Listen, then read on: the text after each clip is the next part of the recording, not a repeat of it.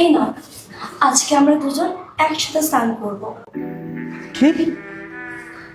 আমার দিব্যি? তোমার দিব্যি। হঠাৎ করে তোমার এত নটি প্ল্যান কি করে হয়ে গেল? নটের কি আছে, হাজবেন্ড ওয়াইফ একসাথে স্নান করতে পারে না? হ্যাঁ হ্যাঁ, নিশ্চয়ই একসাথে চান করতে পারে। ন্যাংটো মানে মানে জামা কাপড় পরতে হবে? জামা কাপড় পরে স্নান করো তুমি? না ল্যাংটো। তাহলে তাহলে তো একসাথে চান করার সময় অনেক কিছু হয়ে যাবে। হ্যাঁ, যদি দুজন একসাথে স্নান করে অনেক কিছু নাই হলো, তাহলে স্নান করে ফায়দা কি? একসাথে চান করে কিছু যদি না হয় তাহলে লাভ কোথায়? আর টাইমে তো বেঁচে যাবে, তাই না বলো?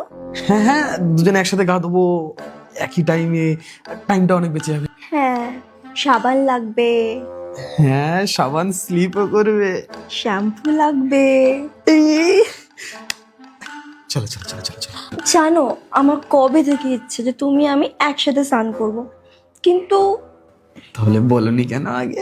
বলার সাহসই পাইনি। বাট আজ তো লিমিট ক্রস হয়ে গেছে, তাই বলে দিলাম।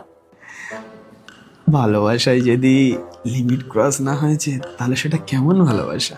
স্নান করার পর যদি শরীরের দুর্গন্ধই দূর না হয়েছে, তাহলে কিরকম স্নান করা?